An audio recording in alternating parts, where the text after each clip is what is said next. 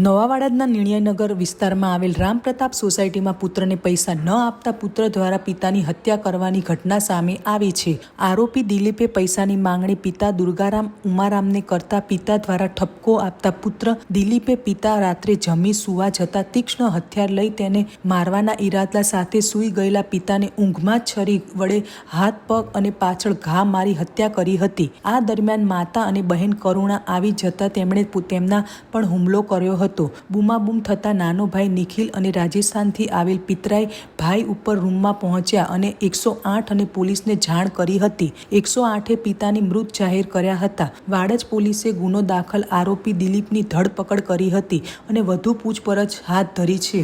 આમાં નવા વાડજ નિર્ણયનગરની બાજુમાં જે રામપ્રતાપનગર સોસાયટી છે તેમાં દુર્ગારામ ઉગમારામ જે સિંગ ચણાની દુકાન ધરાવે છે તે દુકાનમાં એ પોતાનું કામ પરવારી અને સાંજના 10:30 વાગ્યાની આસપાસ જમી અને ત્યાં ઉપર સુવા માટે ગયેલા હતા। એમના પરિવારની અંદર એમના પત્ની જમકુબેન અને 2 દીકરી છે લતાબેન અને તરુણાબેન અને 2 દીકરા દિલીપભાઈ જે જયપુર ખાતે મિકેનિકલ એન્જિનિયરિંગનો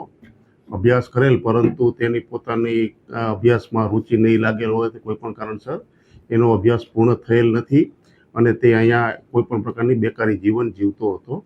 અને લાસ્ટ છેલ્લા 15-20 દિવસથી તેમને એક અહીંયા જયંબે ગૃહ ઉદ્યોગ છે એમાં એક ખાનગી નોકરીની શરૂઆત કરેલી હતી અને એમનો સૌથી નાનો દીકરો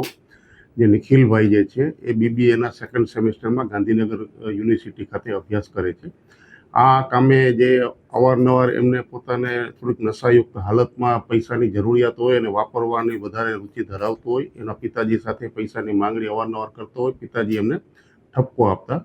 તો આમને એના પિતાજી પ્રત્યે રોષ ઊભો થયેલો હોય દિલીપભાઈને એટલે દિલીપભાઈએ એના તીક્ષ્ણ હથિયાર ચપ્પુ જે છે એ મારવાની તૈયારી ધારણ કરી અને પિતાજીની બાજુમાં ઉપરના માળે ઘરમાં સૂઈ ગયેલ હતા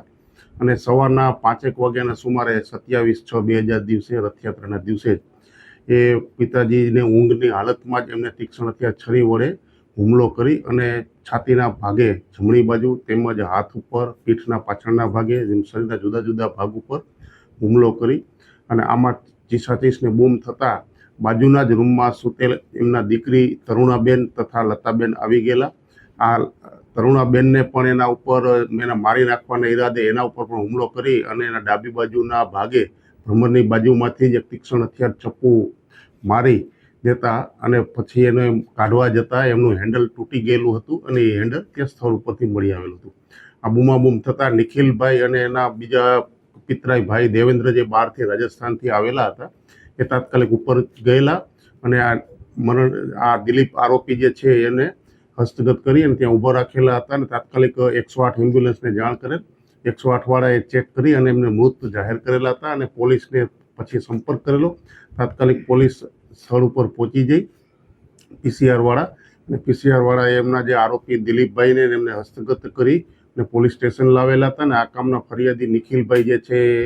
આરોપી દિલીપના નાના ભાઈ છે અને એક જ પરિવારના સભ્યોમાં ફક્ત પૈસા એક નાની માંગણી કરતા હોય અને પિતાજી એક મધ્યમ